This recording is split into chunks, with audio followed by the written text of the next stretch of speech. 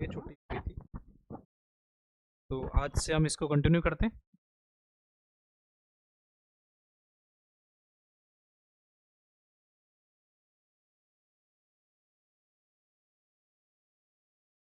पहले तो ये बताओ टॉपिक क्या चल रहा था,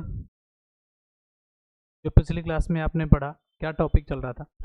एनीवन, कोई भी बताए। Yes. तो हम पढ़ क्या रहे थे ये तो पता होना चाहिए। हम पढ़ रहे थे इमरजेंसी।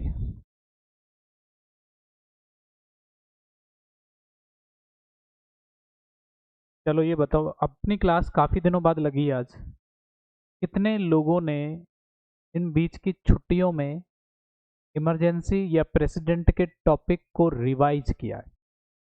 याद हुआ नहीं हुआ वो एक अलग इशू है, बात यह कि आपने रिवीजन किया कि नहीं किया। यस, बताओ कितने लोग हैं जिन्होंने रिवाइज किया है, एक बार भी पढ़ के देखा है पूरे टॉपिक को। मैंने उस दिन आपको बताया था लास्ट क्लास में कि आपके एक दो क्लासेस बचेंगी, बस प्रेसिडेंट से खत्म हो गया मेरी तरफ से, तो बाकी आपकी तरफ से तो स्टार्टिंग है।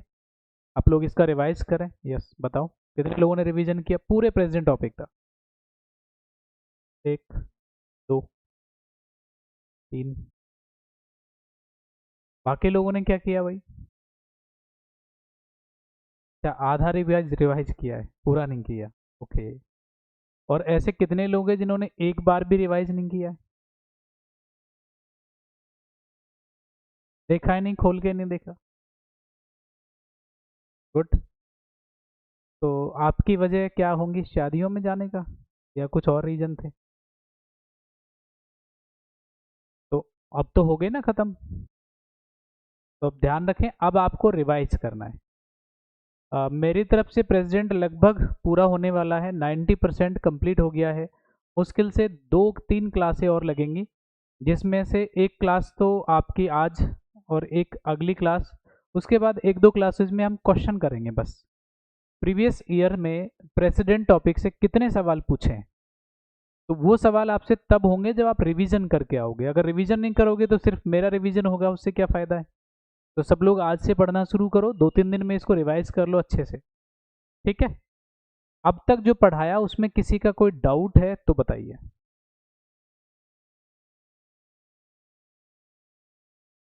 हाँ, तो ये टॉपिक तो चल ही रहा है ना। हम्म, इसको वापस बताएं। ठीक है, चलो जो पिछली क्लास थी हमारी आर्टिकल 352 वाली, उसका मैं एक बार वापस से रिवाइज करा देता हूँ। आज की क्लास सिर्फ रिवीजन वाली क्लास है। जो अनुच्छेद 352 पढ़ाया था मैं उसी को वापस से डिटेल से पढ़ा देता हूँ। ठीक है, बस उसी में डाउट था। ओके, तो देखो इमरजेंसी, भारतीय संविधान के अनुसार इमरजेंसी ये तीन प्रकार के, अकॉर्डिंग टू इंडियन कॉन्स्टिट्यूशन। देखो संविधान में टाइप नहीं दे रखे हैं, इमरजेंसी के कोई टाइप नहीं है, सिर्फ और सिर्फ समझने के लिए इनको तीन भागों में बांटा गया है। एक आर्टिकल 352 के अंदर है, एक टाइप है आर्टिकल 356 के अंदर है, और एक कहाँ है आर्टिकल 360 के अंदर है। अनुच्छेद 352 में जो इमरजेंसी है, संविधान ये कहता है कि proclamation of emergency, proclaim of emergency, ये वर्ड लिखा हुआ है इसमें। लेकिन सिंपली भाषा में यदि हम इसको समझना चाहते हैं तो इसको मैं लिख देता हूं नेशनल इमरजेंसी।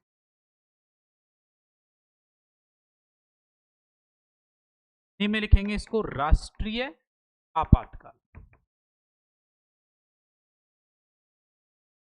तो प्रोक्लेम ऑफ इमरजेंसी, इसका हिंदी हो जाएगा आपात की उद्घोषणा।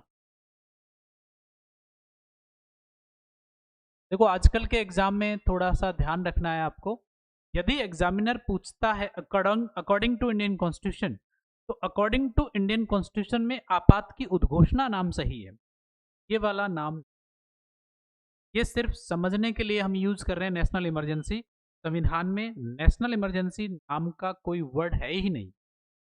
बात समझ में आई? तो आपात की उद्घोषणा के आधार पर इमरजेंसी लगाई जा सकती है, तो हम साधारण भाषा में क्या कहते हैं? नेशनल इमरजेंसी, राष्ट्रीय आपातकाल। कब लगता है, कैसे लगता है, हम इसको समझेंगे। तो एक तो ये टाइप हो गया।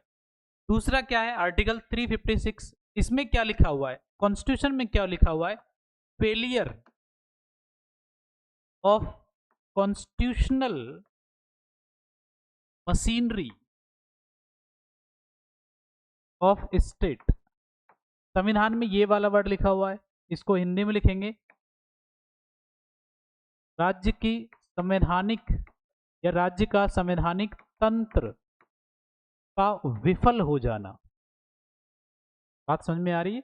किसी भी स्टेट में अगर संविधान के हिसाब से वो स्टेट रन नहीं हो रहा है तो हम उसको कहते हैं कि उस स्टेट की मशीनरी फेल हो गई है, कॉन्स्टिट्यूशन के हिसाब से की मशीनरी फेल हो गई है, तो यहां पर इमरजेंसी लगाई जा सकती है। संविधान में ये नाम है, सिंपल भाषा में इसको क्या कहते हैं, राज्य का आपातकाल, स्टेट की इमरजेंसी। इसी का दूसरा नाम है राज्यपाल का शासन, रूल ऑफ गवर्नर, और इसका एक नाम और है राष्ट्रपति शासन, प्रेसिडेंट रूल। ये सिर्फ समझने के लिए है, संविधान में ये नाम नहीं है, संविधान में सिर्फ ये नाम है, जनरल भाषा में हम इनको इस नाम से जानते हैं। राज्य में इमरजेंसी लग गई, राष्ट्रपति का शासन लग गया, राज्यपाल का शासन लग गया। इसके बाद अनुच्छेद 360, इसमें लिखा हुआ है फाइनेंशियल इमरजेंसी, इसको हिंदी में कहते हैं वित्तीय आपातकाल। बात समझ में आई? तो भारतीय संविधान में 3 तरह के आपातकाल की बात कही गई है। अनुच्छेद 352 में है एक टाइप, एक 356 में है और एक 360 में है। 352 ये कहता है कि हमारे देश में कहीं भी इमरजेंसी लग सकती है। 356 ये कहता है, 356 ये कहता है कि किसी भी स्टेट में इमरजेंसी लग सकती है, एक स्टेट में लग सकती है, 2 में लग सकती है, 10 में लग सकती है। 360 ये कहता है कि अगर पैसों की समस्या आती है, इकोनॉमिक क्राइसिस आता है इंडिया में, तो अमेरिका की तरह इंडिया में भी फाइनेंशियल इमरजेंसी डिक्लेयर की जा सकती है। तो इमरजेंसी कितने प्रकार की हो गई? 3 प्रकार की। बात समझ में आ रही है? इस इमरजेंसी को लेकर एक स्पेशल चैप्टर डिजाइन किया गया है और उस चैप्टर का नाम है पार्ट 18, संविधान का भाग 18 है, जिसका नाम ही इमरजेंसी प्रोविजन है। इमरजेंसी प्रोविजन, इसकी शुरुआत कहां से होती है? अनुच्छेद 352 से शुरू होती है और अनुच्छेद 360 तक ये जाता है। मतलब संविधान का हम कौन सा पार्ट पढ़ रहे हैं? पार्ट 18। ध्यान रखेंगे, हम पार्ट 5 ही पढ़ रहे हैं, लेकिन पार्ट 5 के अंदर एक पार्ट और आ गया है, पार्ट 18। तो अनुच्छेद 352 से 360 तक की सारी चर्चाएं इमरजेंसी वाली होने। बात समझ में आ गई? यहां तक क्लियर है सबका? डन। चलो आगे बढ़ते हैं। अगली हम बात करते हैं कि जो अनुच्छेद 352 है, जो आर्टिकल 352 है, अनुच्छेद 352 है, ये क्यों लगाया जाता है, क्या कारण है? तो अगर संविधान की बात करें, अगर कॉन्स्टिट्यूशन की बात करें, तो संविधान में इसके कुछ रीजन दे रखे हैं, इसके कुछ बेस दे रखे हैं। तो बेस में केवल और केवल 3 बेसिस हैं। एक तो जब भारत में युद्ध की स्थिति क्रिएट हो जाए, भारत किसी दूसरे देश के साथ युद्ध कर रहा है। एक दूसरा पॉइंट आता है बाहरी आक्रमण, एक्सटर्नल एग्रीगेशन, कि जब भारत पे हमला हो गया है, किसी दूसरे देश ने, पड़ोसी देश ने भारत पर हमला कर दिया है, तब भी इमरजेंसी लगाई जा सकती है। और एक है इंटरनल डिस्टरबेंस, जिसको हिंदी में कहते हैं आंतरिक अशांति। ये तो हम बात कर रहे हैं मूल संविधान की। 300 जब 1950 में हमारा संविधान बन के तैयार हुआ, तो उस समय ये 3 वर्ड लिए गए थे, 3 वर्ड रखे गए थे इमरजेंसी के लिए। लेकिन इनमें एक थोड़ा सा चेंजेस किया गया। कब चेंजेस किया गया? 44वें संविधान संशोधन 1978 में। क्या चेंज किया? युद्ध वर्ड तो वही है, वॉर तो वो का वही नाम है, बाहरी आक्रमण का नाम भी वही है, और इंटरनल डिस्टर्बेंस जो है, इसकी जगह पर एक नया नाम रिप्लेस कर दिया। और ये कौन सा आ गया आपका? Armed rebellion.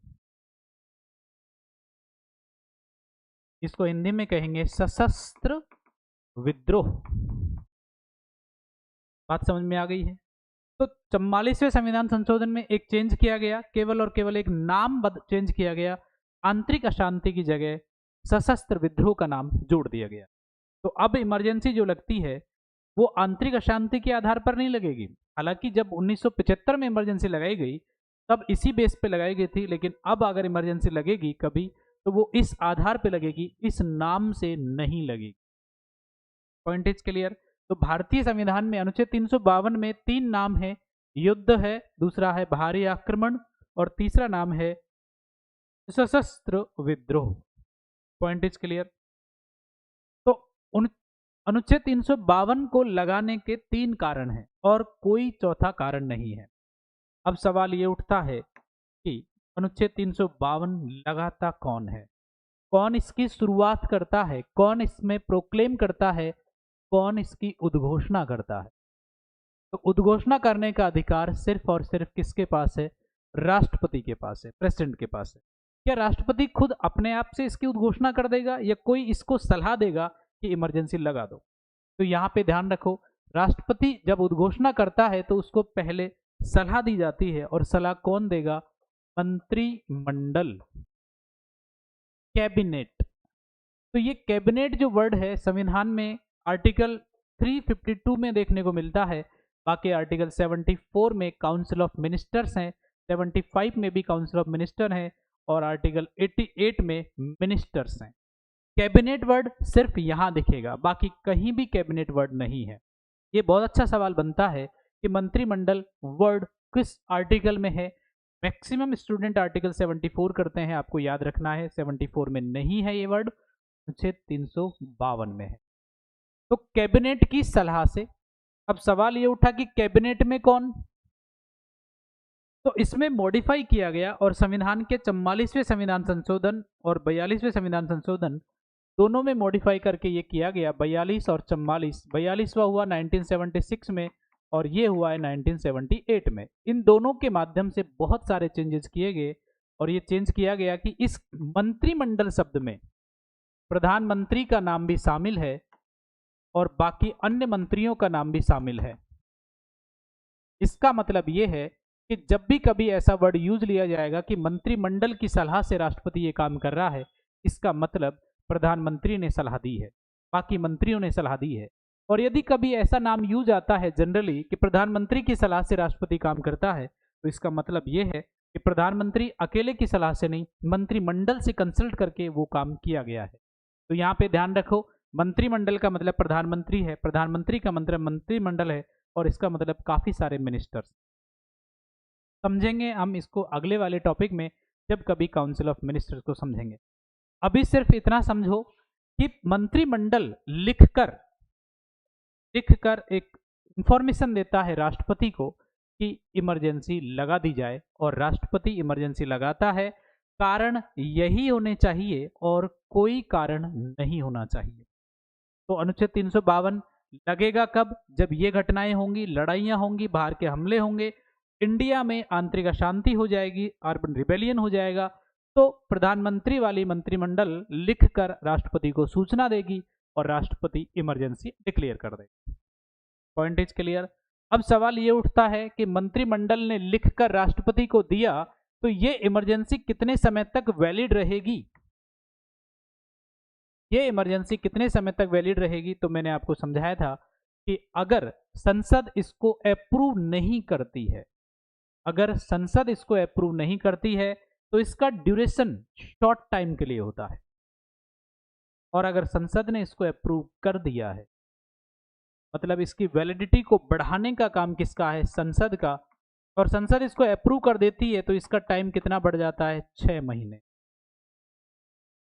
बात समझ में आ गई? और अगर 6 महीने में मामला शांत नहीं होता है, युद्ध खत्म नहीं होता है, तो संसद इसको दोबारा से बढ़ा सकती है, फिर से 6 माह कर सकती है, और इस प्रकार से हर 6 माह के हिसाब से इसको कितने भी टाइम के लिए एक्सटेंड किया जा सकता है by the parliament of India. तो संसद के अनुमोदन के द्वारा इसको 6 माह के लिए बढ़ाया जा सकता है और इसको 6-6 महीने के हिसाब से अनंत काल तक बढ़ाया जा सकता है। क्या अनुच्छेद 352 का बेसिक प्रारूप समझ में आया आपको? अब हम चलते हैं थोड़ा आगे कि जब अनुच्छेद 352 लगता है तो हमारे देश में क्या परिवर्तन आता है। तो अनुच्छेद 352 का प्रभाव क्या है, आर्टिकल 352 इसका इम्पैक्ट क्या पड़ता है, इसका प्रभाव क्या पड़ता है।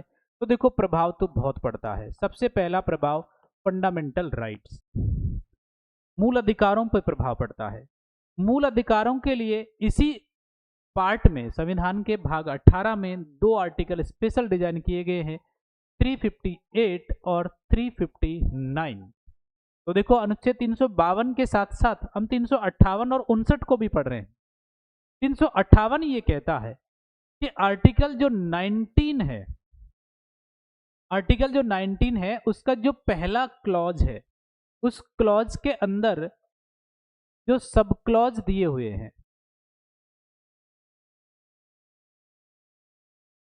ये इस तरह के जो सब क्लॉज दिए गए हैं, इनमें से एक सब क्लॉज तो हटा दिया गया है।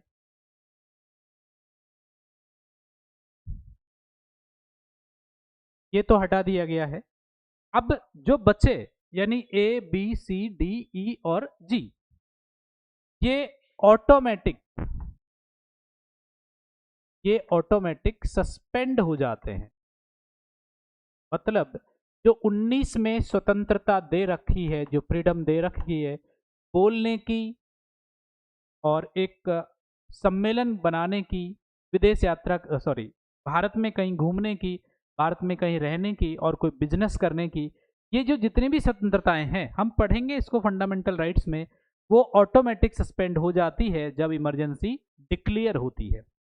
यहाँ एक प्रोवाइडेड दे रखा है, यहाँ एक चीज ऐड कर रखी है, संविधान में संशोधन करके वो ऐड किया गया था कि ये अनुच्छेद 358 में आर्टिकल 19 सस्पेंड तभी होगा जब या तो इमरजेंसी वॉर के आधार पर लगे या एक्सटर्नल एग्रीगेशन के आधार पर लगे। यदि भारत में हमला हुआ है, किसी पड़ोसी मुल्क ने इंडिया पे हमला किया है या भारत किसी दूसरे देश से युद्ध कर रहा है, तभी ये सस्पेंड होंगे, अदरवाइज नहीं होंगे।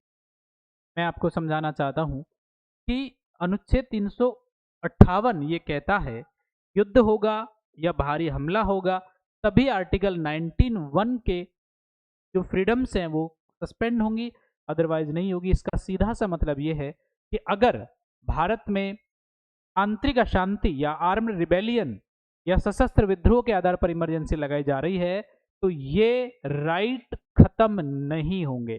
तो यहाँ पे एक्सेप्शन क्या आ गया आपके सामने, रिबेलियन, ध्यान रखना है।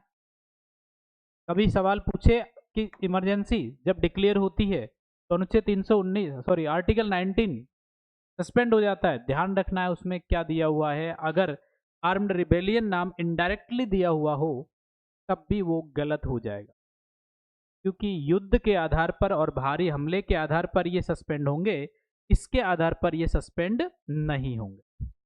Point is clear. अब बात आती है 359 की। 359 ये कहता है कि जो बचे कुचे फंडामेंटल राइट है, कि जो संविधान का पार्ट 3 है जिसकी शुरुआत वैसे तो आर्टिकल 12 से 35 तक होती है, लेकिन फंडामेंटल राइट्स आर्टिकल 14 से 32 तक हैं। इनमें 19 को छोड़कर जितने भी मूल अधिकार बचे वो सस्पेंड कब होंगे, ये ऑटोमेटिक सस्पेंड नहीं होंगे। इनको सस्पेंड करने के लिए प्रेसिडेंट का ऑर्डर आएगा। यदि प्रेसिडेंट ने ऑर्डर दिया है तभी ये सस्पेंड होंगे, ऑटोमेटिक सस्पेंड नहीं होंगे। ये कौन सा आर्टिकल कहता है, अनुच्छेद 359 कहता है। तो अनुच्छेद 359 क्या कहता है कि 19 के अलावा आर्टिकल 19 क्लॉज 1 के अलावा जितने भी मूल अधिकार है वो सस्पेंड तभी माने जाएंगे जब भारत के राष्ट्रपति ने उनको सस्पेंड करने के लिए ऑर्डर दिया है।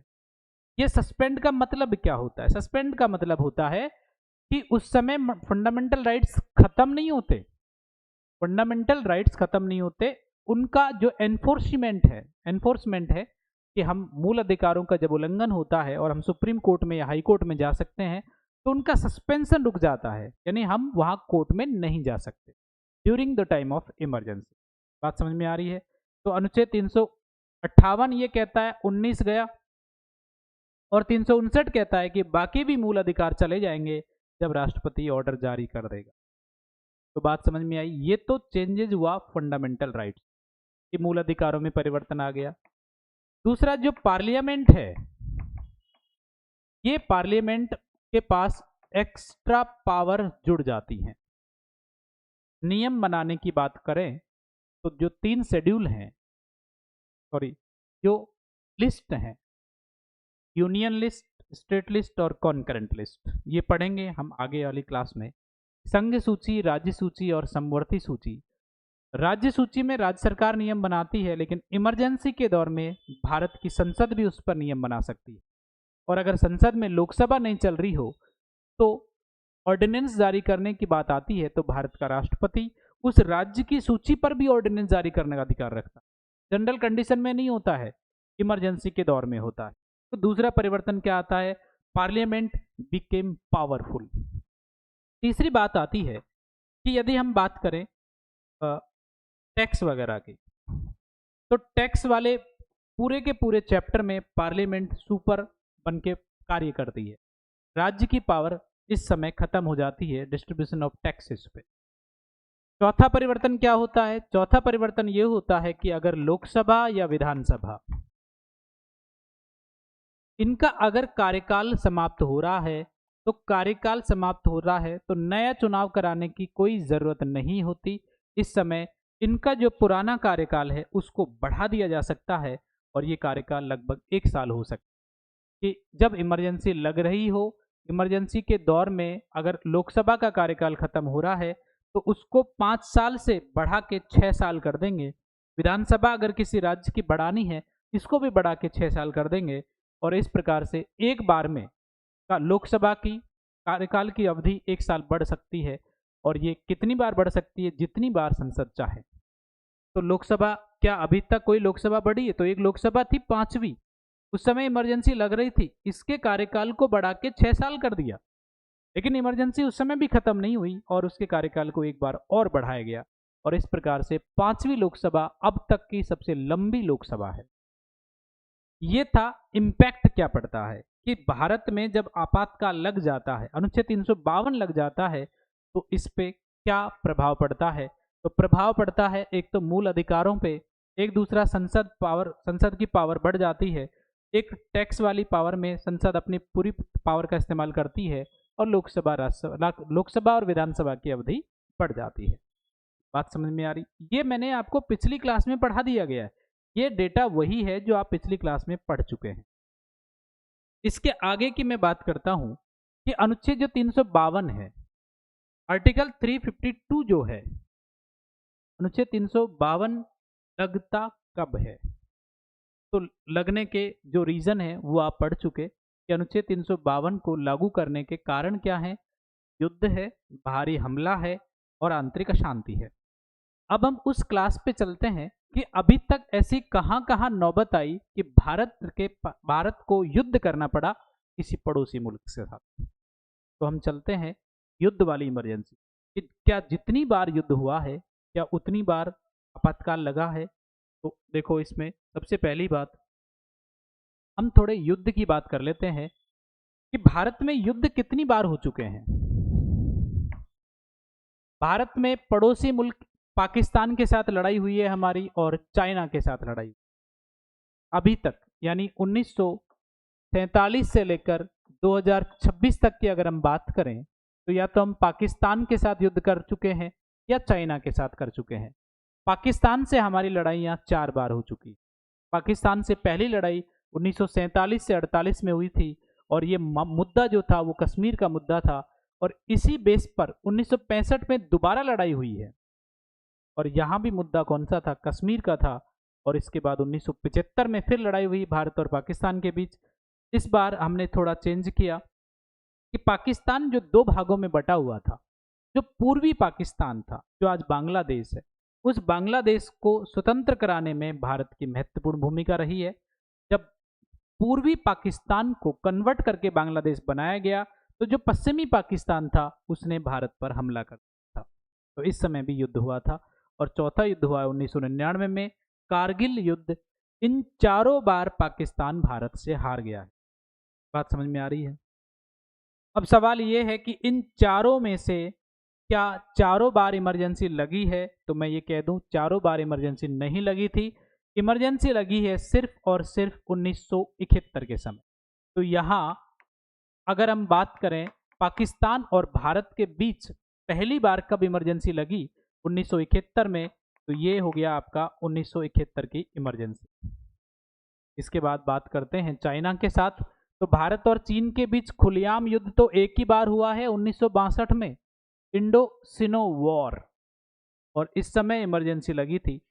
तो ध्यान रखो, लड़ाई अगर मैं बात करूं युद्ध के आधार पर, युद्ध के आधार पर भारत में इमरजेंसी 2 बार लगी है, लेकिन ध्यान रखने की बात यह है कि भारत के संविधान में युद्ध के आधार पर अभी तक एक बार भी इमरजेंसी नहीं लगाई गई।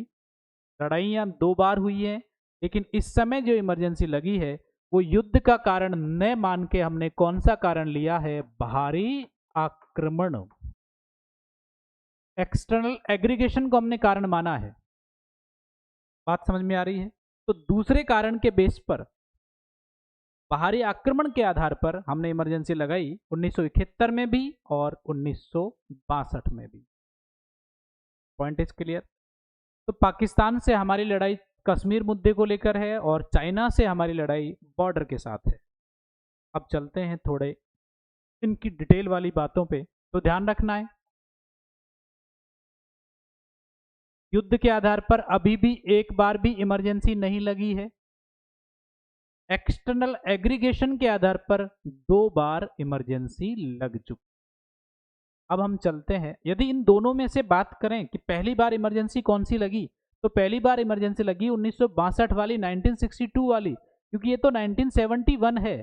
तो इंडिया की पहली इमरजेंसी 1962 में लगी और दूसरी इमरजेंसी कब लगी? 1971। और तीसरी इमरजेंसी कब लगी? 1975। तो अभी तक 3 बार इमरजेंसी लगी है भारत में, 1962, 1971 और 1975। अब थोड़ा सा हम बात करते हैं चाइना के। भारत और चीन के बीच युद्ध तो अभी तक एक बार हुआ है, लेकिन बीच बीच में कभी क्लैश हो जाता है बॉर्डर को लेकर, कभी दोनों सेनाएं आमने सामने आ जाती है, स्टैंड अप हो जाता है। तो भारत और चीन को थोड़ा सा ज्योग्राफिकल एंगल से हम समझते हैं। तो देखो, ज्योग्राफिकल एंगल की अगर मैं बात करूं भारत और चीन के बीच, तो भारत और चीन के बीच ये तो क्लियर है कि इमरजेंसी सिर्फ एक बार लगी है 1962 में। और 1962 की इमरजेंसी लगी कब थी? तो 26 अक्टूबर 1962 को इमरजेंसी डिक्लेयर हुई थी। और ये इमरजेंसी कब तक चली? 10 जनवरी 1968 तक, लगभग 5 साल से ऊपर इमरजेंसी लगाई गई, जब भारत और चीन के बीच लड़ाई चल रही थी। लेकिन ध्यान रखना है, जो एक्चुअली लड़ाई है, जो आमने सामने की लड़ाई है, वो तो सिर्फ और सिर्फ 1 महीने ही लड़ाई हुई है 1962 में। ये लड़ाई 26 अक्टूबर को शुरू हुई है। ध्यान रखो, युद्ध हुआ है 20 अक्टूबर को और इमरजेंसी लगी है कब? 26 अक्टूबर को, 6 दिन बाद। युद्ध खत्म कब हुआ? 21 नवंबर को। वही 1962 में युद्ध खत्म हो गया था 20 अक्टूबर से 21 नवंबर, लगभग 1 महीना युद्ध चला है। लेकिन इमरजेंसी हमने कितनी लगा के रखी? लगभग 5 साल से ऊपर तक, क्योंकि भारत को खतरा था इस समय बाहरी हमले का। इसलिए हमने बाहरी हमले के आधार पर इस इमरजेंसी को हर 6 माह में एक्सटेंड किया गया। अब बात आती है युद्ध के आधार पर इमरजेंसी की। तो 1962 में, 1962 में जब इमरजेंसी लगाई गई थी और जब 1968 में इमरजेंसी खत्म हुई, तो भारत के प्रधानमंत्री, राष्ट्रपति और प्रधानमंत्री कौन कौन रहे? तो यहाँ पे राष्ट्रपति की अगर मैं बात करूं, तो सर्वपल्ली राधाकृष्णन 1962 में राष्ट्रपति बने थे और 1967 तक ये राष्ट्रपति रहे। तो ध्यान रखो, इमरजेंसी तो 1968 तक जा रही थी। तो इसका मतलब 1968 में दूसरे राष्ट्रपति आए, और राष्ट्रपति कौन आएंगे? जाकिर हुसैन। इनका टेन्यूअर 1967 से 1969 तक रहा था। तो भारत की चीन के साथ इमरजेंसी के दौर में दो राष्ट्रपतियों ने काम किया था, सर्वपल्ली राधाकृष्णन ने और जाकिर हुसैन ने। स्टेटमेंट में आ सकता है आपके कि पहली इमरजेंसी के समय दो राष्ट्रपतियों का कार्यकाल रहा या एक राष्ट्रपति का कार्यकाल रहा, तो ध्यान रखो दो राष्ट्रपतियों ने कार्यकाल पे ये इमरजेंसी के दौर में काम किया है। सर्वपल्ली राधाकृष्णन के समय इमरजेंसी डिक्लेयर हुई थी और जाकिर हुसैन के समय ये इमरजेंसी एंड हुई है। अब मैं बात करता हूं प्रधानमंत्रियों कि इस समय प्रधानमंत्री कितने थे जिन्होंने प्रधानमंत्री पद पे काम किया है। तो जवाहरलाल नेहरू ये तो 1947 से प्रधानमंत्री रहे और कब तक रहे, 1964 तक, और इमरजेंसी तो 1968 तक रही। तो प्रधानमंत्री नेहरू जी की डेथ हो गई थी जब इमरजेंसी चल रही थी। इसी समय जब प्रधानमंत्री की मृत्यु हो गई तो गुलजारी लाल नंदा ने कार्यवाहक प्रधानमंत्री के रूप में काम किया है उसी इमरजेंसी के दौर में, और उसके बाद लाल बहादुर शास्त्री प्रधानमंत्री बने। लेकिन संयोग ये था कि 2 साल के बाद इनकी भी डेथ हो गई थी, लेकिन इमरजेंसी अभी तक चल रही थी। तो 1966 तक मतलब लाल बहादुर शास्त्री और जवाहरलाल नेहरू दो प्रधानमंत्री तो ऐसे थे जो कार्यकाल चल रहा था इनका। गुलजारी लाल नंदा काम चलाने के लिए आए थे इमरजेंसी के दौर में। लाल बहादुर शास्त्री की जब डेथ हुई 1966 में, तो इसी समय गुलजारी लाल नंदा दोबारा से काम चलाने आए और ये कार्यवाहक प्रधानमंत्री बने। और इसके कुछ समय के बाद इंदिरा गांधी प्रधानमंत्री बनी 1966 से और एक लंबे टाइम तक। तो ध्यान रखने की बात यह है कि कितने प्रधानमंत्रियों ने पहली इमरजेंसी के दौर में काम किया है। जवाहरलाल नेहरू ने काम किया है, लाल बहादुर शास्त्री ने काम किया है, इंदिरा गांधी ने काम किया है और गुलजारी लाल नंदा ने कार्यवाहक रूप से काम किया। तो कुल मिला के 4 नाम हैं आपके। यदि कार्यकाल की बात करें तो 3 नाम आएंगे और अगर कंप्लीट बात करें तो 4 नाम आएंगे।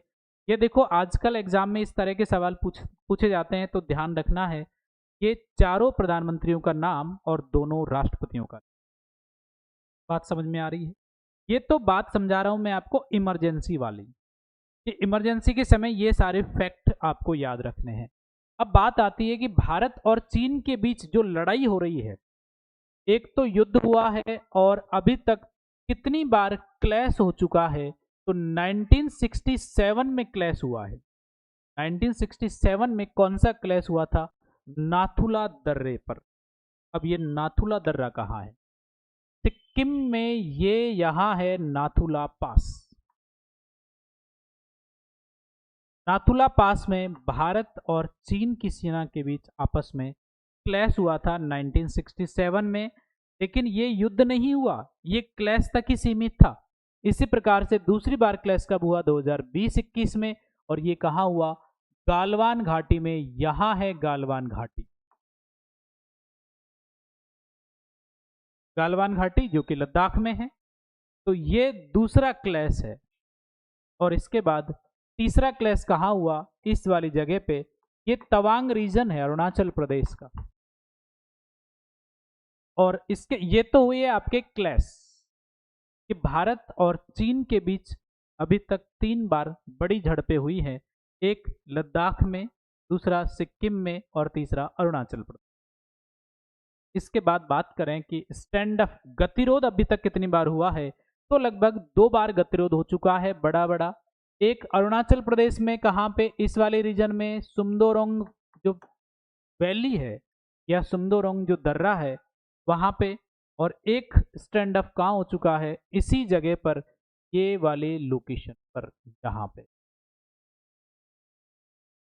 अब ये कौन सी जगह? ये वाली बॉर्डर है, ये कंप्लीट बॉर्डर है। और ये बॉर्डर किसकी है? अरुणाचल प्रदेश, सॉरी, भारत और चाइना के बीच की बॉर्डर पर क्लैश हो चुके हैं। Point is clear? तो देखो क्लैश नाथुला दर्रे पर हुआ, गालवान घाटी पे हुआ और तवांग पे हुआ। गतिरोध 2 जगह हुआ, सुमदोरोंग वैली पर या डोकलाम पर। डोकलाम वाला स्टैंड ऑफ लंबा चला था, लगभग 73 डेज तक एक लंबी कार्रवाई चली भारत और चीन के बीच। Point is clear? अब मैं आपको थोड़ा समझाता हूं कि भारत और ये चाइना की जो बॉर्डर है, ये बॉर्डर पर इतने पंगे क्यों हो रहे हैं, क्या कारण है। तो हम बात करते हैं 1947 से पहले की। 1947 से पहले मतलब 1914 की मैं बात करता हूँ। 1914 1914 1914 में ये वाला जो पूरा एरिया था, ये जो टोटल एरिया था, ये चाइना का नहीं था। यानी ये वाला जो रीजन है, इसमें देखो यहाँ तो ये नेपाल की बॉर्डर हो गई, ये भूटान की बॉर्डर हो गई, इधर का हिस्सा है ये है तिब्बत। तो यहां पर एक इंडिपेंडेंट ऑटोनोमस जो कंट्री हुआ करता था वो था तिब्बत। 1914 में भारत तो आजाद हुआ नहीं था, भारत पर तो अंग्रेजों का शासन था, और इधर तिब्बत में जो यहाँ के राजा थे, तिब्बत के राजा और अंग्रेजों के बीच एक समझौता हुआ। और समझौता किसको लेकर हुआ? ये बॉर्डर को लेकर समझौता हुआ। और इस समय जो भारत के विदेश सचिव हैं, विदेश सचिव हेनरी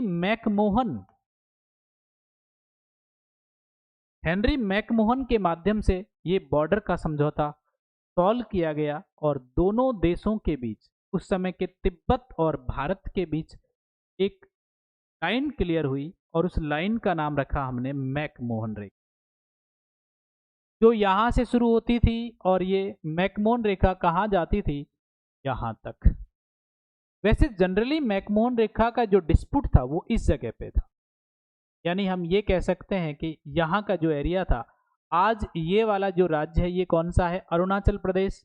उस समय इसका नाम था नेफा, नॉर्थ ईस्ट फ्रंटियर एजेंसी। आज का अरुणाचल प्रदेश का पुराना नाम है नॉर्थ ईस्ट फ्रंटियर एजेंसी, नेफा स्टेट। तो नेफा स्टेट में जो लोग हैं वो ज्यादातर बुद्धिस्ट हैं, और उसके जस्ट पड़ोसी वाले एरिया पर जो तिब्बत का रीजन था वहां भी बुद्धिस्ट है। तो मैकमोहन रेखा यहां थी स्टार्टिंग में, ये वाली मैकमोहन रेखा थी। लेकिन कंप्लीटली ये मान लिया गया कि ये पूरी की पूरी मैकमोहन लाइन है। नेपाल का जो हमारा पड़ोसी मुल्क है, भूटान जो हमारा पड़ोसी मुल्क है, उनका मैकमोहन रेखा से कोई लेना देना नहीं था, क्योंकि मैकमोहन तो यहां थी। ये तो बात हुई 1914 की। 1914 में ये समझौता राजी राजी से हो गया था। भारत में ब्रिटिश सेना ने और तिब्बती राजा ने, दोनों ने ये बॉर्डर बना दी थी। अब पंगा हुआ क्या? पंगा हुआ 1950 में। 1950 में पंगा क्यों हुआ? जो चाइना की आर्मी है, PLA, चाइना की army LA, People's Liberation Army, ये हमला कर देती है तिब्बत के ऊपर। इस आर्मी ने तिब्बत के ऊपर हमला कर दिया। वो चाह रही थी कि तिब्बत को हम अपने अंडर में रखें, तिब्बत को इंडिपेंडेंट नहीं छोड़े। जब हमला हुआ तो इस पूरे लोकेशन में जो तिब्बती थे, तिब्बती कौन से धर्म को मान रहे थे? बुद्धिस्ट को। और बुद्धिस्ट में उन्होंने एक गुरु को अपॉइंट कर रखा था, एक स्पिरिचुअल लीडर थे जिनका नाम है दलाई लामा।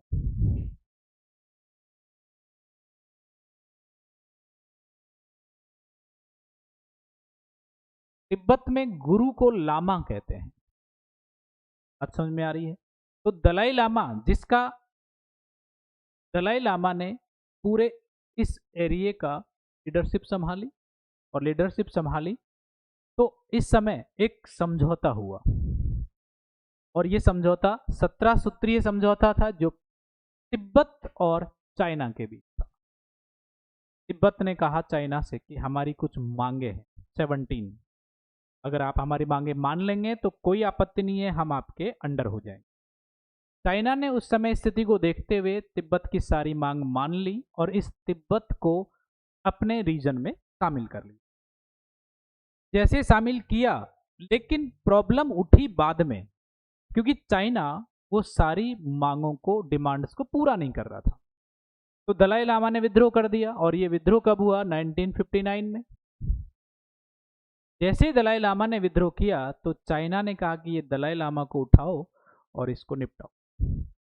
जब चाइना की आर्मी ने हमला किया और दलाई लामा को इस बात का पता लग गया था कि अब हालत गंभीर है। भारत ने उस समय, क्योंकि दलाई लामा कौन है, तिब्बती गुरु है, यानी बुद्धिस्ट मॉन्क्स है, और बुद्धिस्ट का ओरिजिन तो भारत से हुआ है। तो दलाई लामा यहां से एंटर करके भारत में आ गए कि मुझे बचाओ। तो भारत में इनको शरण दी गई, और ये कहाँ रुके, हिमाचल प्रदेश में। जिस जगह पे ये रहते हैं उस जगह का नाम है नामग्याल। तो दलाई लामा आ चुके हैं भारत में। अब दलाई लामा भारत में आ गए, लेकिन इश्यूज बढ़ते रहे। चाइना ने ये कह दिया कि जो तिब्बत ने भारत के साथ बॉर्डर को लेकर समझौता किया था, हम उसको नहीं मानते। और चाइना ये कहता है कि अरुणाचल प्रदेश ये वाला हमारा हिस्सा था, जिसको भारत ने अपने कंट्रोल में ले लिया है, और ये वाली जगह भी हमारी है जो भारत अपने पक्ष में ले चुका। ये दोनों जगहों को लेकर चाइना और भारत के बीच क्लैश होते रहे। वैसे अगर हम इसको क्लियरली देखें तो भारत की जो भारत की बॉर्डर है वो चाइना के साथ 3 जगह लगती है। 3 जगह कहाँ लगती है, तो देखो, एक तो इस वाले रीजन में लगती है यहाँ पे, एक यहाँ लगती है इस जगह तक, और एक यहाँ लगती है। बीच में भारत की और नेपाल की बॉर्डर है, चाइना की नहीं है। यहाँ भारत और भूटान की बॉर्डर है, चाइना की नहीं है।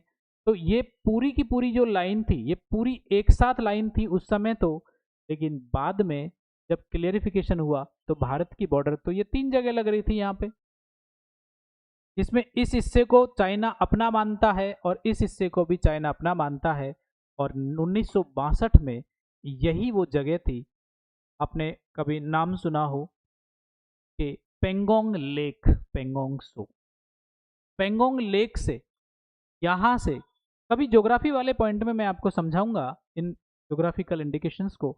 अभी सिर्फ इतना समझें कि लद्दाख की टेरिटरी से, पेंगोंग लेक 2 जगह है, तिब्बत में और लद्दाख में। यहाँ से चाइनीज आर्मी ने भारत में प्रवेश किया था 20 अक्टूबर के दिन, और यहाँ तक इस पूरे एरिया को अपने कब्जे में कर लिया था, क्योंकि ये पहाड़ी रीजन था और उस समय हमारे इंडियन आर्मी के पास पहाड़ों में रहने के लिए उतना अच्छा ट्रेनिंग नहीं था। तो ये वाली जो जगह थी वो चाइना अपने कब्जे में कर चुका था, और 1962 की लड़ाई लंबे समय तक चली और भारत का ये हिस्सा चाइना अपने कब्जे में ले गया था। चाइना ने इसका नाम रखा अक्साई चीन। तो जम्मू कश्मीर का एक भाग चाइना के पास है, इधर वाला अक्साई चीन। Point is clear. तो अपने काम की बात क्या है, अपने काम की बात यह है कि भारत में पहली बार इमरजेंसी कब लगी, भारत और चीन के युद्ध के दौरान। पर युद्ध को बेस मान के इमरजेंसी नहीं लगाई गई है, इमरजेंसी लगाई एक्सटर्नल एग्रीगेशन के आधार पर, बाहरी हमले के आधार पर, क्योंकि युद्ध तो 1 साल चला है और हमारी इमरजेंसी तो 5 साल के ऊपर चला। पॉइंट इज क्लियर यहां तक। अब थोड़ा बात करते हैं हम भारत और पाकिस्तान के बीच के डिस्प्यूट। भारत और पाकिस्तान के बीच सबसे पहली बात तो युद्ध कितने हुए। तो भारत और पाकिस्तान के बीच अभी तक आमने सामने 4 लड़ाइयां हो चुकी हैं, 1947 से लेकर 1948, इसके बाद 1965 में लड़ाई, इसके बाद 1971 और उसके बाद 1999। यहां जो इशू है वो जम्मू एंड कश्मीर है 1947-48 में, क्योंकि 1947-48 में जम्मू भारत का हिस्सा था। 1947 में जम्मू एक इंडिपेंडेंट प्रिंसली स्टेट था। 1947 में जम्मू कश्मीर एक इंडिपेंडेंट प्रिंसली स्टेट था, और वहां के जो राजा हैं वो कौन थे उस समय, हरि सिंह। हरि सिंह ने भारत में शामिल होने के लिए सिग्नेचर नहीं, और यही वो टाइम था जब पाकिस्तान को लगा कि जम्मू कश्मीर हमारा हो सकता है, तो उसने जम्मू कश्मीर पर हमला कर दिया था। 1947 में हमला हुआ। फाइनली 1948 तक लगभग 1 साल तक ये युद्ध चला, और उस समय हरि सिंह को ऐसा लग गया था कि पाकिस्तान वाले छोड़ने वाले हैं नहीं, तो उन्होंने इंडियन आर्मी से समझौता कर लिया था। कुछ ग्राउंड्स पे ये समझौता हो गया था और 1948 में भारत ने हरि सिंह को बचा लिया था, मतलब जम्मू कश्मीर को अपने अंडर में कर लिया था, जम्मू कश्मीर ने साइन कर दिए थे। 1965 में मतलब 1948 वाले कश्मीर को लेकर जो भारत का जवाब था पाकिस्तान के अगेंस्ट, उस समय पाकिस्तान बौखलाया हुआ था। तो इस समय पाकिस्तान ने दोबारा से भारत पर हमला किया 1965 में। तो ये भी इश्यू कौन सा था? ये भी वही कश्मीर वाला था, जम्मू कश्मीर। 1971 में इस समय हमने पाकिस्तान का आधा जो शरीर है वो तोड़ दिया था, आधी बॉडी तोड़ दी थी, क्योंकि पाकिस्तान जो ईस्ट वाला पाकिस्तान था यहाँ पे, उसको हमने बांग्लादेश बनवा दिया था। तो इधर वाला पाकिस्तान अब भारत पर हमला कर रहा था। तो यहाँ पे मुद्दा कौन सा था? बांग्लादेश का स्वतंत्र होना। और 1992 में जो लड़ाई थी वो कौन सी थी? कारगिल वाली। तो इस प्रकार से भारत और पाकिस्तान के बीच 4 लड़ाइयां हुई, लेकिन इमरजेंसी कब लगी? 1971 में, ना तो 47-48 में लगी, क्योंकि इस समय तो संविधान ही नहीं बना था। 1965 में इमरजेंसी हमने इसलिए नहीं लगाई क्योंकि भारत में पहले से इमरजेंसी लग रही थी, दूसरी इमरजेंसी लगाने की कोई ज़रूरत नहीं थी, उसी से हमने काम चला दिया और पाकिस्तान से हमने पाकिस्तान को उसकी भाषा में जवाब दे दिया था। 1999 1999 कारगिल के समय हम जीत चुके थे, तो इस समय भी इमरजेंसी लगाने की कोई जरूरत ना पड़ी। 1971 में बांग्लादेश को जब स्वतंत्र कराया गया था, तो ये खतरा हो गया था कि पाकिस्तान पता नहीं किधर से हमला कर, और बाहरी आक्रमण से भारत की सुरक्षा करने के लिए प्रेसिडेंट ऑफ इंडिया ने एक इमरजेंसी डिक्लेयर की, वो 1971 की। Point is clear? तो ये थी पाकिस्तान वाली बात। अब थोड़ा सा हम बॉर्डर की बात कर लेते हैं। पाकिस्तान और भारत के बीच जो क्लैश हुए हैं, सबसे पहले ये वाली जो बॉर्डर है, यहाँ से लेकर इस जगह से लेकर ये पूरी पाकिस्तान और भारत की बॉर्डर है।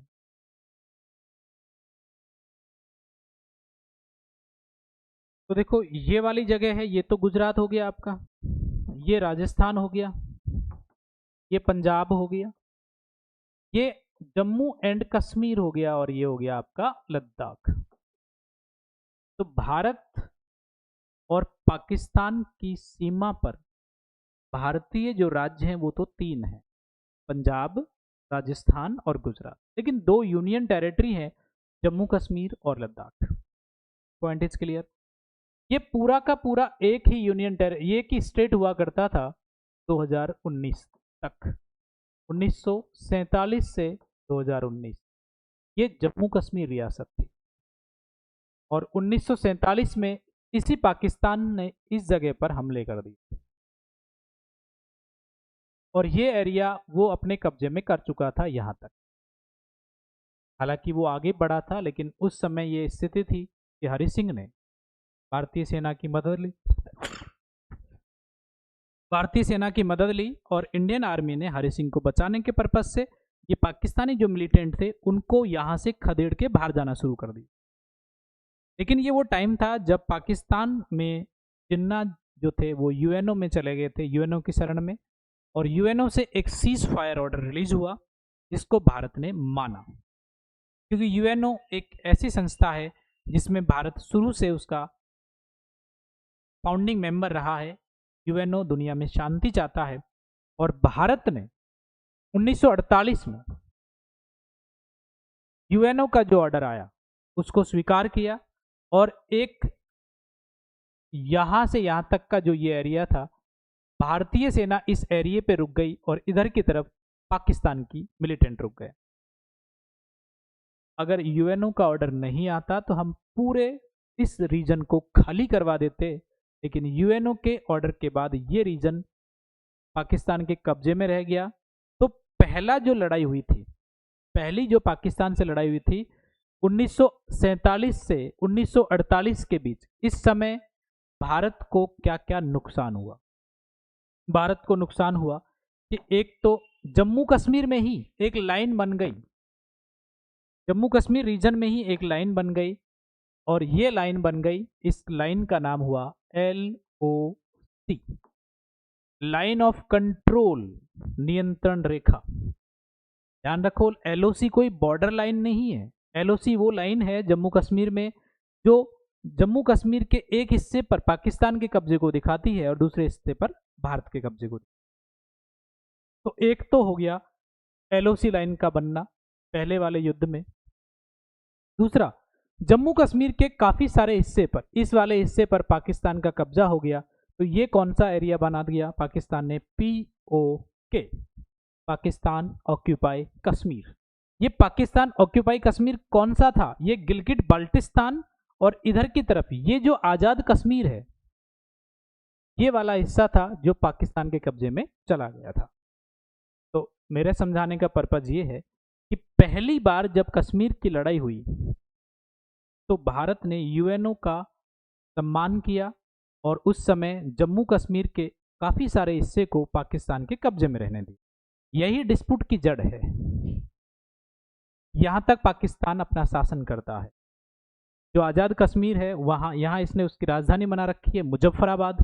कई बार एग्जामिनर पूछता है आजाद कश्मीर की राजधानी क्या है, तो आपको ध्यान रखना है मुजफ्फराबाद। अब हम चलते हैं दूसरी बार कि पहली बार तो ऐसा हुआ कि यहाँ के राजा हरि सिंह ने भारतीय सेना से मदद मांगी और पाकिस्तान को, जो पूरा जम्मू कश्मीर पे कब्जा करने वाला था, उसको रोक दिया गया है। अगली बार पाकिस्तान बौखलाया हुआ था 1965 में, 1965 में उसने ऑपरेशन जिब्राल्टर के माध्यम से उसी कश्मीर पर दोबारा हमला कर दिया। दोबारा हमला किया तो इस समय तो अब भारत के अंडर में है। लगभग 17 दिन की लड़ाई चली और उस समय पाकिस्तान को फिर से पीछे हटना पड़ा और कश्मीर अपना बच चुका था। पर इतना कश्मीर जा चुका था, याद रखने की बात है।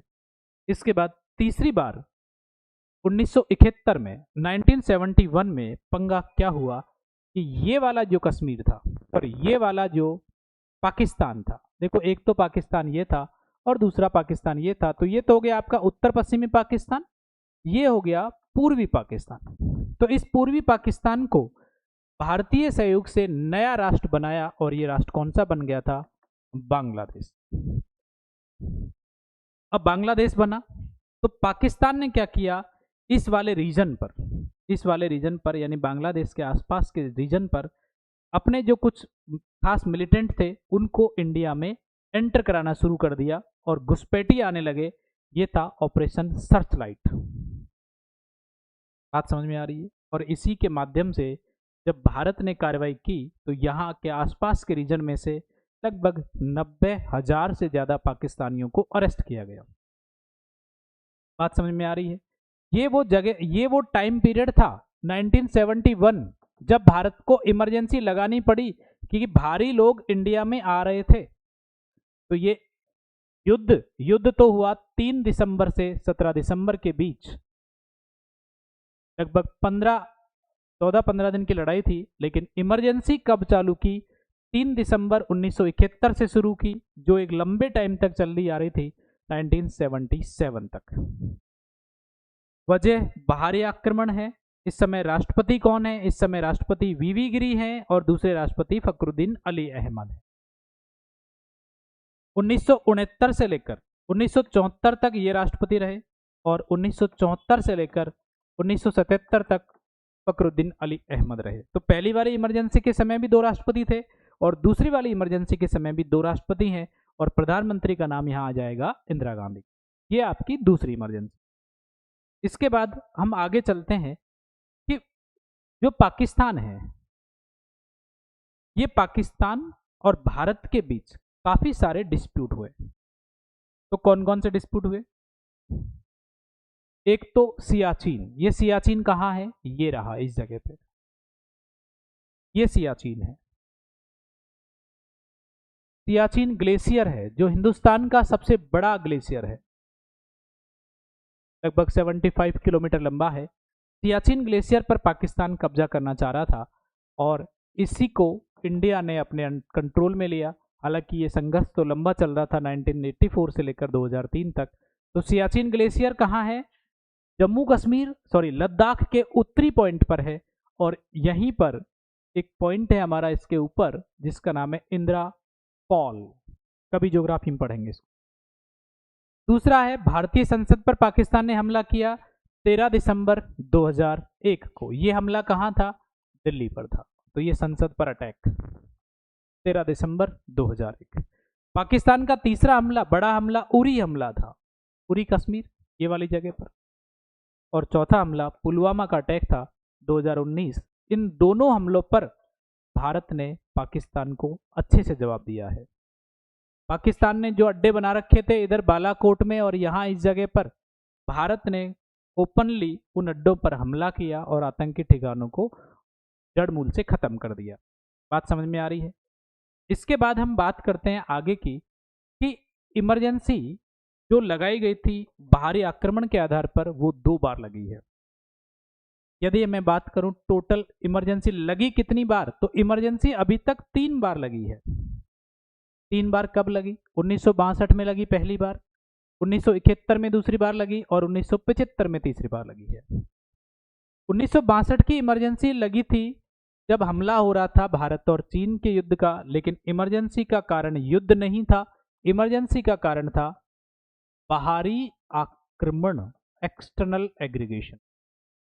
1971 में भारत और पाकिस्तान का युद्ध चल रहा था, लेकिन इमरजेंसी युद्ध के आधार पर नहीं लगी, इमरजेंसी का कारण था बाहरी आक्रमण, एक्सटर्नल एग्रीगेशन। 1975 में जो इमरजेंसी लगी वो ना तो युद्ध था ना कोई बाहरी हमला था, ये सिर्फ और सिर्फ आंतरिक अशांति थी,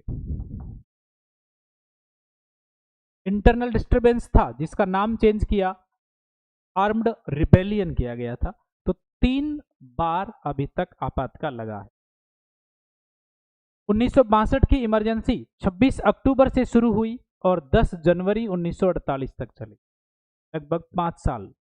1971 की इमरजेंसी 3 दिसंबर 1971 से शुरू हुई और 21 मार्च 1977 तक, लगभग 6 साल। और 1975 की इमरजेंसी 25 जून, ये सबसे ज्यादा डिस्प्यूटेड रही है क्योंकि ये इंदिरा गांधी की वजह से लगी थी। इंदिरा गांधी ने प्रधानमंत्री पद पर रहते हुए अपने मनमाने अधिकारों का प्रयोग किया था। तो तीनों इमरजेंसियों में सबसे डिस्प्यूट है, ये सबसे विवादित है। कभी कभी एग्जामिनर इस प्रकार का भी क्वेश्चन पूछ लेता है कि सबसे विवादित इमरजेंसी कौन सी थी, या किस इमरजेंसी को ब्लैक इमरजेंसी के नाम से भी जानते हैं। तो ये 25 जून वाली रात है 1975। ये कब तक चली? 21 मार्च 1977 तक, लगभग 2 साल ये इमरजेंसी रही है। तो लगभग 2 साल, लगभग 6 साल और लगभग 5 साल। इस समय राष्ट्रपति कौन है? इस समय 2 राष्ट्रपतियों ने काम किया है, सर्वपल्ली राधाकृष्णन ने और जाकिर हुसैन ने। इस समय राष्ट्रपति 2 ने काम किया है, वीवी गिरी और फखरुद्दीन अली अहमद। और इस समय वही फखरुद्दीन अली अहमद का कार्यकाल चल रहा था जब इमरजेंसी लग रही थी। इस समय प्रधानमंत्री कितने ने काम किया? तो नेहरू जी ने काम किया, लाल बहादुर शास्त्री ने काम किया, इंदिरा गांधी ने काम किया और गुलजारीलाल नंदा ने कार्यवाहक रूप से काम किया। इसी प्रकार से यहाँ प्रधानमंत्री कौन है? इंदिरा गांधी है, और इधर प्रधानमंत्री कौन है? इंदिरा गांधी। तो कौन से प्रधानमंत्री ने तीनों इमरजेंसियों का सामना किया? इंदिरा गांधी। और अभी तक आपातकाल अनुच्छेद 352 जब लागू किया गया तो कितने राष्ट्रपतियों ने कार्यकाल, या कितने राष्ट्रपतियों का कार्यकाल रहा? तो ध्यान रखो, 2 ये रहे, 2 आपके ये रहे, 4 ही राष्ट्रपति हैं। फखरुद्दीन अली अहमद को आप एक जगह काउंट कर लो, या तो यहां काउंट कर लो या वहां काउंट कर लो। तो 4 तो राष्ट्रपति हैं। और प्रधानमंत्री कितने हैं? प्रधानमंत्री भी आपके 3 प्रधानमंत्री हैं, नेहरू जी, लाल बहादुर शास्त्री और इंदिरा गांधी। एक तो कार्यवाहक राष्ट्रपति रहे थे। बात समझ में आ रही है? तो ये मैंने जो आपको रिकॉल कराया वो सिर्फ और सिर्फ पिछली वाली क्लास का रिकॉल था, कि पिछली वाली क्लास को जो हमने पढ़ा था अनुच्छेद 352 को, उस 352 में कुछ फैक्ट्स तो पहले वाली क्लास में से देख लेना, आप लोग पढ़ लेना, यूट्यूब पे डाल देंगे क्लास आजकल में। और बाकी कुछ नए फैक्ट्स जो आज हैं उनको आप अपने नोटबुक में नोट कर लेना, ठीक है? तो चलो आज की क्लास को यहीं एंड करें। अब देखो बचा क्या है, अनुच्छेद 356 बच रहा है और अनुच्छेद 360 बच रहा है। ये दोनों के दोनों एक ही क्लास में हो जाएंगे, ज़्यादा बड़े टॉपिक नहीं है। तो एक तो ये वाली क्लास हो जाएगी और इसके बाद अपन थोड़े से राष्ट्रपतियों के बारे में डिटेल पढ़ लेंगे और फिर राष्ट्रपति के क्वेश्चंस। 3 से 4 क्लास और लगेंगी आपकी और राष्ट्रपति टॉपिक खत्म हो जाएगा मेरी तरफ से। एक दिन आपकी क्लास रखेंगे, रिवीजन क्लास, कि आप लोगों ने क्या रिवीजन किया है। उसमें क्वेश्चन आंसर सेशन होंगे, मैं क्वेश्चन करूंगा आपसे, आपको आंसर देने हैं। इसके अलावा पूरी चीज़ों को यानी शुरू से प्रेसिडेंट के बेसिक से लेकर प्रेसिडेंट की पावर तक सबको हम एक लंबी मैराथन में रिवीजन बेस पे सॉल्व कर लेंगे। ठीक, पर वो ज़्यादा इंटरेस्टेड तब बनेगा जब आप खुद भी उसका एक बार रिवीजन करके आएंगे। ठीक है, तो चलो आज की क्लास यहीं एंड, बाकी मिलते हैं नेक्स्ट क्लास में।